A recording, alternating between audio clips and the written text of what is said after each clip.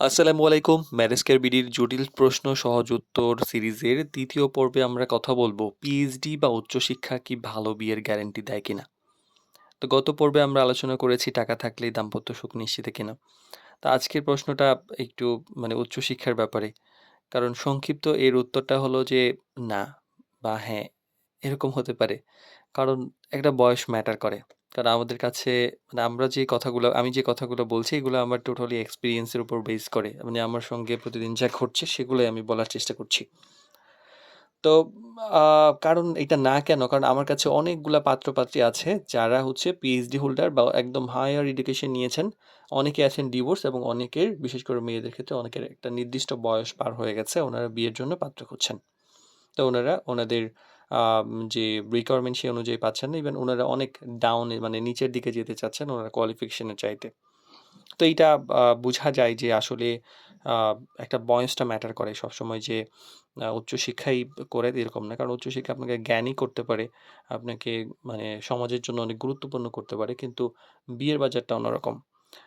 আর ডিগ্রিটা আসলে জ্ঞান বাড়ায় কিন্তু সম্পর্কের দক্ষতা যদি আপনি নিতে চান বা কমিউনিকেশন স্কিল যদি থাকে মানে এই কমিউনিকেশন স্কিল তো অনেক ব্যাপার থাকে। বিয়ের ক্ষেত্রে বা ফ্যামিলির যে কমিউনিকেশন স্কিল এইটা আসলে উচ্চশিক্ষাই সবসময় একদম নিশ্চিত করতে পারে না। তো সেক্ষেত্রে অনেক দেখা যায় যে উচ্চশিক্ষিত দম্পতির মধ্যে ভুল বোঝাবুঝি এবং দূরত্ব তৈরি হয়। অতিরিক্ত ইগোও কিন্তু সম্পর্ক নষ্ট করে। আমি বেশি জানি, আমার মানসিকতা তৈরি। আমি কি তোমার চাইতে কম জানি? এই যে একটা তর্ক-বিতর্ক হয়, এটা একটা বড় সমস্যার কারণ হয়। তো দেখা যায় যে এখান থেকেও অনেক সমাজে আমাদের যে আমরা দেখি, কারণ হয় কি যে নারীরা একটা বয়স পর্যন্ত কোমল। এরপরে অনেক শারীরিক, মানসিক কিছু জটিলতা তৈরি হয় যেটা হয় না। ছেলেরা অনেক সময় বিয়ে করে দাম্পত্য জীবনের যে অনেক নিডস থাকে, বিশেষ করে ফিজিক্যাল যে নিডস সেটা হয়তো পূরণ হয় না। তো মেয়েদের ক্ষেত্রে হয় না। অনেকে সন্তান ধারণে অক্ষম হয়। আবার অনেকে দেখা যায় যে একটা বয়সের পরে দেখা বা ফিজিক্যাল যে appearance টা সেটা ডিফারেন্ট হয়ে যায়। যার ফলে যেটা প্রয়োজন হয় সেরকম হয় না।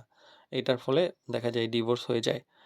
আর বাস্তবতা এবং প্রাধান্য আ যে ব্যাপারটা সেটাও কিন্তু চেঞ্জ হয়ে যায়। কেরিয়ার ফোকাস যদি বেশি হয়, সম্পর্ক মেইনটেইন করার জন্য সময় কম পান।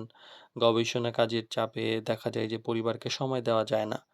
আর মানসিকতা যদি না মিলে ডিগ্রি কিন্তু খুব একটা কাজে আসে না। স্বামী-স্ত্রীর মধ্যে যদি লাইফের ভিউ সেইম না হয়, দুজনের আ কেরিয়ার যদি একই রকম যদি না হয়, বন্ডিং যদি ভালো না হয়, তাহলে যতই ডিগ্রি থাকুক না কেন কাজে আসে না। এটাই যেটা বললাম যে অনেক আমাদের কাছে ডিগ্রিওয়ালা অনেক বড় প্রতিষ্ঠিত লোক আছে, যারা বলতে পারে না বা প্রকাশ করতে পারে না যে আমরা আমাদের ডিভোর্স হয়ে গেছে, আমাদের মনোমালিন্য নাই হয়ে গেছে। এবং আপনি দেখবেন যে অনেক আছে যে উচ্চবিত্ত লোক যারা করে তাদের সংসারের বাইরে গিয়ে আরেকটা গোপন সংসার করে বা অবৈধ সম্পর্ক রাখে।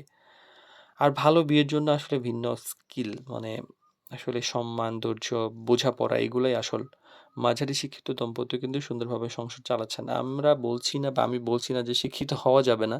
পয়েন্টটা হলো শিক্ষিত হওয়া অবশ্যই দরকার এবং পিএইচডি দরকার, উচ্চশিক্ষা দরকার।